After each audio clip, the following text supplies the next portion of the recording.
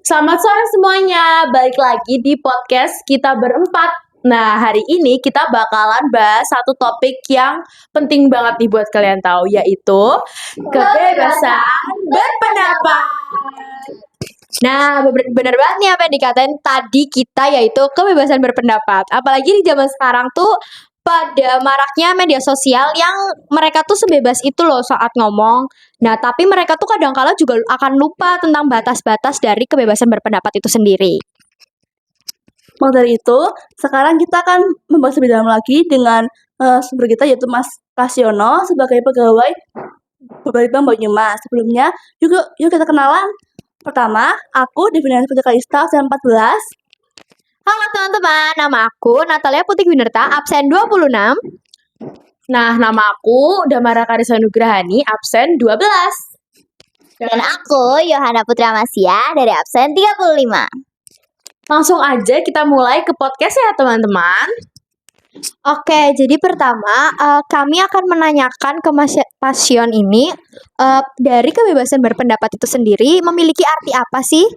Ya, menurut saya kebebasan berpendapat itu adalah hak setiap warga negara untuk mengemukakan pendapatnya, argumennya, kemudian apa yang mereka pikirkan terhadap orang lain ataupun publik tanpa ada ketakutan atau tekanan dari pihak manapun. Seperti itu. Dan sekarang tuh kan kita bebas berpendapat ya. Ya, Apakah itu bebas atau ada yang harus kita perhatikan, untuk berpendapat? Untuk bebas itu. oke. Meskipun istilahnya adalah kebebasan berpendapat, tapi tidak sepenuhnya bebas sebebas-bebasnya. Tetap harus ada batasan yang betul, aturan yang harus diikuti. Sehingga inti dari pendapat itu dapat secara tepat mengena, tidak disalahartikan. Dalam hal ini kebebasan itu dibatasi untuk menjaga pihak-pihak yang memberikan pendapat maupun orang lain yang terkena dampaknya.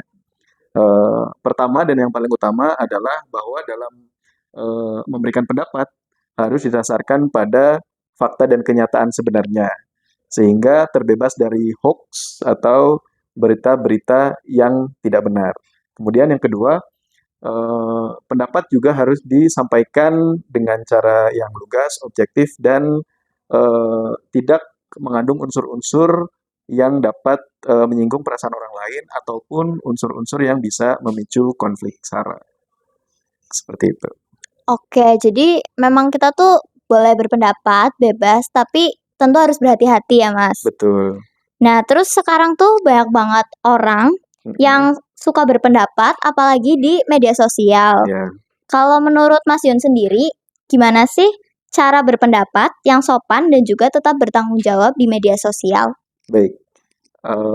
Media sosial sekarang menjadi media bagi banyak orang untuk mengemukakan pendapatnya, dan melalui media sosial pendapat mereka banyak didengar oleh banyak audiens atau banyak masyarakat. Tetapi yang sering terjadi adalah pendapat-pendapat tersebut bisa memicu kegaduhan atau konflik-konflik di masyarakat ketika itu tidak disampaikan dengan benar. Nah, ini nih yang harus dihindari bagi kita semua generasi muda untuk menyampaikan pendapat dengan benar. Seperti yang tadi saya sampaikan bahwa jangan sampai kebebasan berpendapat itu menjadi bumerang bagi kita karena kita tidak tepat dalam penyampaiannya.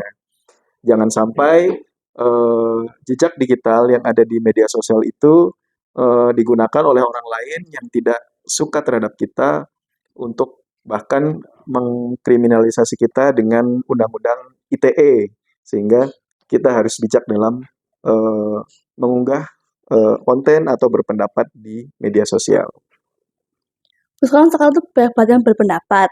Ada juga yang salah kan ya. Kita tuh kadang tuh ada yang salah, kita pengen koreksi, tapi dia ngotot. Itu gimana cara kita meluruskannya agar dapat benar dan dia tuh nggak sakit hati gitu? Ya, benar sekali. Saat ini banyak sekali orang-orang yang masih dengan begitu mudahnya terperdaya atau terpengaruhi oleh konten-konten yang sebenarnya itu tidak benar, dan sudah menjadi tugas kita sebagai sesama warga negara, sebagai generasi muda untuk meluruskan itu. Tapi lagi-lagi cara pelurusannya pun harus dilakukan dengan benar sehingga eh, risiko-risikonya tidak kembali kepada kita. Sudah sangat tepat adik-adik di sini untuk meluruskan pendapat-pendapat yang salah, terutama di sosial media, tetapi harus dilakukan dengan benar, dengan objektif, sehingga tidak melukai perasaan mereka. Kita yakini bahwa mereka menyampaikan argumen-argumen yang tidak tepat, mungkin karena mereka tidak tahu, sehingga sudah menjadi tugas kita untuk meluruskan, memberitahu mereka, sehingga kita sama-sama tahu kondisi atau keadaan sebenarnya. Sehingga satu hal yang perlu dipahami dan dilakukan adalah kita meluruskan dengan cara yang benar, tapi bukan tugas kita untuk menghakimi mereka.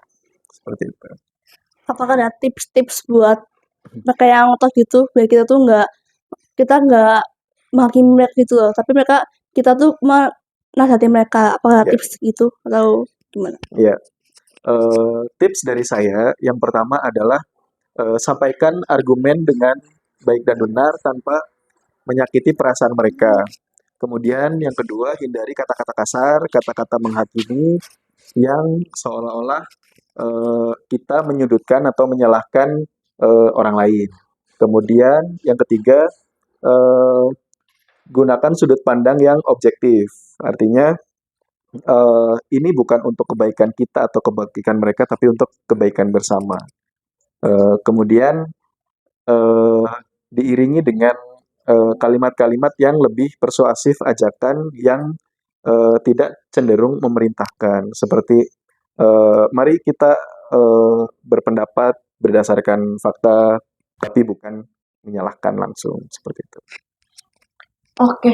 Nah, kita kan sebagai murid nih ya, Mas ya. Kita tuh kadang pengen banget berpendapat ke guru misalkan, tapi kita tuh takut banget dikira nggak sopan. Karena kalau misalkan kita beda pendapat sama guru, kita takut gurunya tuh tersinggung atau gimana karena kita nggak satu pendapat sama mereka. Nah, ada nggak sih Mas cara biar kita tuh tetap kelihatan sopan, tapi kita juga bisa menyampaikan pendapat kita? Ya, baik. Menyampaikan pendapat adalah menyampaikan gagasan kita, argumen kita kepada orang lain atau kepada publik, tergantung tujuannya. Maka dari itu ada tahapan-tahapan yang harus dilakukan. Yang pertama, ketika itu adalah sasaran pendapat itu adalah individu, maka alangkah baiknya itu disampaikan secara langsung dengan gaya penyampaian yang sopan dan objektif.